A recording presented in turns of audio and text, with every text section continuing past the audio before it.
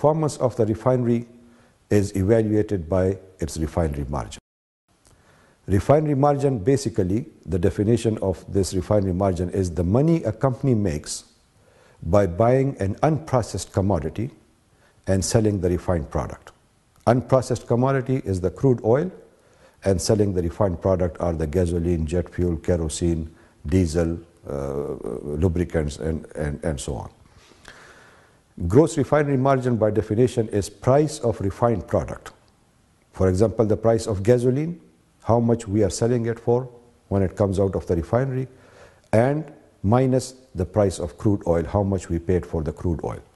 So if we paid $90 for the crude oil and we are selling the refined product or gasoline for $95 per barrel, our gross refinery margin is $5 per barrel.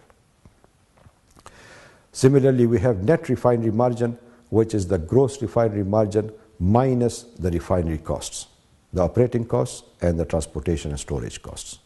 So that is the net refinery margin. For simplicity, the refining margin are based on producing 1 barrel of gasoline. They are all referred to the production of gasoline from the refinery, from 1 barrel of crude oil. No adjustments are made for other refined products. However, the ideal way to calculate the refinery margin is to take the weighted sum of all the products that are produced, the weighted average price of all the products that are produced from the refinery, and then subtract that price from the crude oil price to come up with the net refinery margin. And we subtract the cost from it from there. The factors that are affecting the refinery margin are changes in the configuration, capacity, and utilization rate of refinery. Light or heavy crude, whether we are going to process light crude or heavy crude.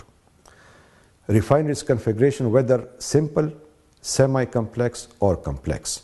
These are all the factors are taken into account when we are deciding on what type of refinery to build.